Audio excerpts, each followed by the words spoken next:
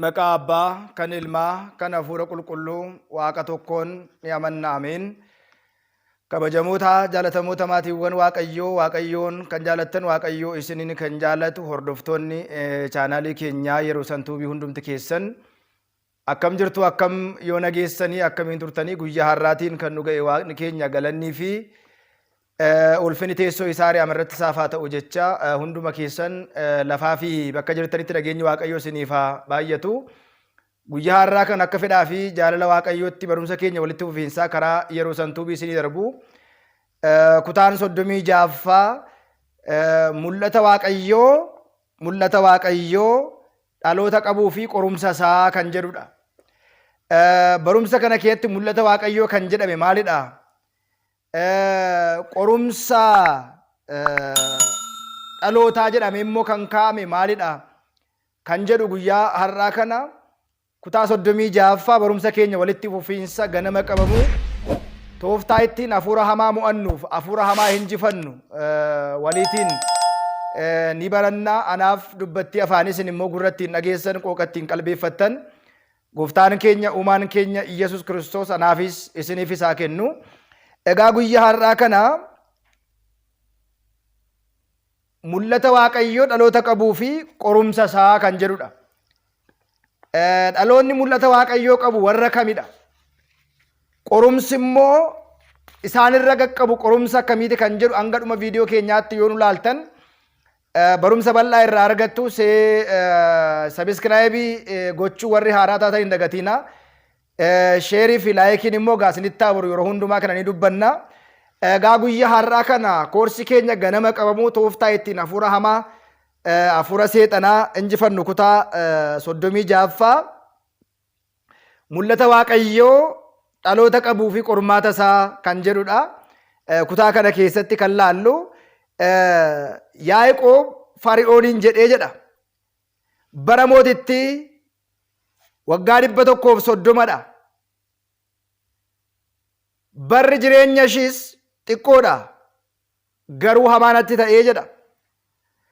Abbooliin koo keessummummaatiin bakka taa'an bara sanas nan arga jechuudhaan seera uumamaa boqonnaa 47 lakkoofsa 9 gubbaa irratti Yaaqoob isa kana dubbatee jira jechaadha. Addunyaa kana irrattis qormaanni garaagaraa baay'ee mul'atee dhufaa fi darbaa har'a ga'eera. Biyya lafaa keessatti jireenya keenya keessatti qabeenyaa fi beekumsa irratti qofa miti rakkoon yookiin immoo qorumsi kan dhufu.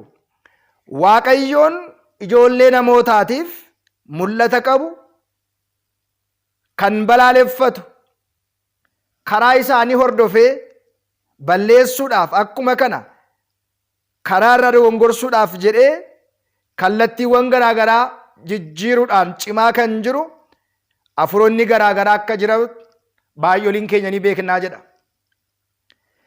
Baay'oliin isaanii isa kanas waan hubatan miti. Baay'oliin isaaniis isa kana waan hubatan miti jedha. Sadarkaa jalqabaa irratti immoo hafuurri hamaa baay'ee gadi fagoo fi cimaa of eeggannoo gochuudhaan mul'ata Waaqayyoo gara namootaatti akka hin qaqqabne gara uummataattis akka hin geenye karaa isaanii dhaabatee isaaniitiin dhorkaa jedha. Bifa kana keessattidha Abrahaam karaa hedduutiin deemeera. Mul'ata Waaqayyoo eeguudhaafis immoo gara mul'atichaasittis immoo qaqqabuudhaaf jecha kan dhufu qormaata hedduu sana hundumaa karaa garaagaraatiin damdamatee darbeera. Abrahaam diinni yeroo isatti ka'e waaqa isaa, diinota isaa, yaada isaa jijjiirsisuudhaan akka isaan badhaasan taasiseeraa jedha. Abrahaam diina isa balleessuuf dhufe, isa ajjeesuuf dhufe karaa jijjiirsisee akka isaan badhaasan ajjeesuu dhiisanii badhaasa akka isaan kennaniif taasiseeraa jedha. Seexanni beela, itti dhufeera.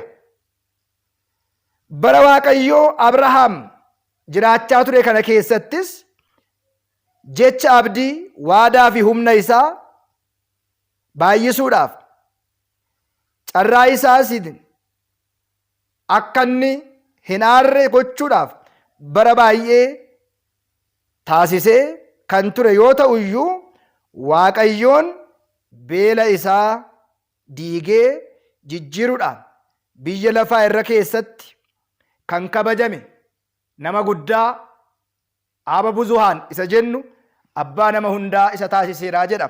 Seera uumamaa boqonnaa 12 kaasnee gaafa ilaallu bal'inaatiin seenaa kana ni argana jechaadha. Seenaa Abrahaam irratti gaafa ilaallu kiristaanummaan isaa algaa ba'algaa yookiin immoo haala mijataatiin hin turre. Abrahaam deddeebi'aa kan ture, kan inni waaqessaa ture. Dhabuusaas akka argachuusaas immoo akka dhabuusaatti kallattii garaa garaatiin qoramee nama mul'ata Waaqayyoo qabu waan tureedhaaf, nama kaayyoo qabu waan tureedhaaf, nama karoora qabu waan ta'eedhaaf kana hundumaa karaa seexanni itti cufaa ture, qormaata seexanni itti fidaa ture, hunduma isaa jalaa ogummaa Waaqayyootiin, obsaatiin darbuu isaa nu hubachiisa jechaadha. Dabalata immoo Waaqayyoon Abrahaamiif waadaa gale. Jecha waadaa sana sanyii isaa, ijoollee isaa fi akka kennus dubbatee ture. Waaqayyoon Abrahaamiif waadaa gale sanyii isaatiif, ijoollee isaatiif akka kennus dubbatee ture jedha. Isa kanas kan naga'e Daabiloos sanyii Abrahaamin miidhuudhaaf shira inni xaxe yookiin immoo daba inni hojjete baay'ee ture jedha. Sana keessaa Yaaqoob ijoollee isaa 12 erga dhaleen booda warra 12 keessaa inni tokko Yihudaan abbaa isaarraa irra caalaa mul'ata kan argu turee jedha. Yihudaan mul'ata isaa Waaqayyoo fi Yaaqoob gidduutti kan darbudha. Abbooliin mul'anni isaanii kan samii taasifatanii gara dhalootaattis dabarsuudhaaf yoo danda'an rakkoo mataa isaaniitiin jira. Irran deebi'a. Abbooliin mul'ata isaanii kan samii taasifatanii gara dhalootaatti dabarsuu yoo dadhaban rakkoon kan isaaniiti. Abbooliin mul'ata isaanii, ga'ee isaanii, kaayyoo isaanii gara dhalootaatti dabarsuu yoo dadhaban rakkoon kun rakkoo nama kamiiyyuu miti, rakkoo isaaniiti jedha. Dhaloonni mul'ata qabu qormaanni isaa baay'eedha. Afaan Amaariffaatiin የእግዚአብሔር ራእይ ያለው ትውልድ ሙለተ ዋቀዮ ዳሎተ ቀቡ ጀቹን ዋቀዮራ ዋን አርገቱ እት ሙለቹ ዋቀዮ አብዲ ጅሬኘ በረበራ ኢሳ አርገቹሳ ዳሎኒ ቀቡ ቁርማተ ባዬ ቀባ ረኮ ባዬ ቀባ ግድራ ባዬ ቀባ ዋ ባዬ ደበሱዳን ቁርማተ ከነ ከደ በሬቱ mul'ata qabnu yookiin immoo kaayyoo qabnu galmaan qaqqabsiisuu dandeenya jechaadha. Seenaa Abrahaamin gaafa laallu Abrahaamiif jechi abdii kenname. Sanyii isaatiif jechi abdii kenname. Ahzaabonni hedduun isaanii maqaa isaatiin akka waaman abdii kenname sana qabatee haa deemu iyyuu malee kaayyoon seexanaa, karoorri seexanaa garuu kana miti jedha. Yeroo baay'ee karoorri Waaqayyoon nuuf qabu karoora jiraachuu, karoora eebbifamuu, karoora nagaa argachuu, karoora jaalalaan deddeebi'uu, karoora hojii suqa qabu hojjechuu yoo ta'u, seexanni immoo karoora jigsuu, karoora diiguu, karoora dhiiga dhangalaasu, karoora lubbuu baasu, karoora waan namaa nyaachuu fi saamuu namarratti karoorsa jechaadha. Dhaloonni mul'ata qabu qormaata baay'ee qaba. Akkuma beekamu karoora amantaan jiraachuu mul'ata qaban bifa lamaan ilaaluu dandeenya. Mul'ata warri argan jiru, mul'ata immoo warri hiikan jiru.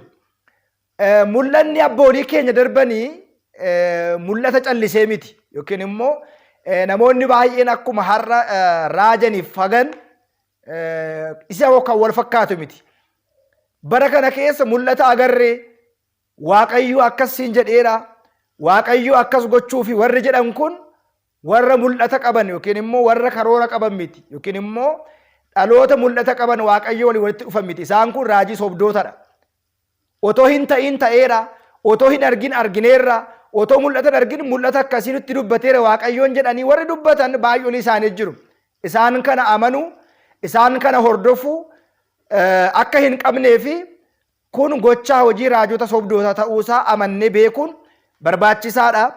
Dhaloonni mul'ata qabu qormaata isaa የእግዚአብሔር ራእይ ያለው ትውልድ ፈተናው mul'ata waaqayyo dhaloonni qabu qormaata isaa kan jedhudha. Namni waaqayyo irraa mul'ata qabu, namni waaqayyo irraa kaayyoo qabu, karoora waaqayyoo qabu qormaata baay'ee qaba.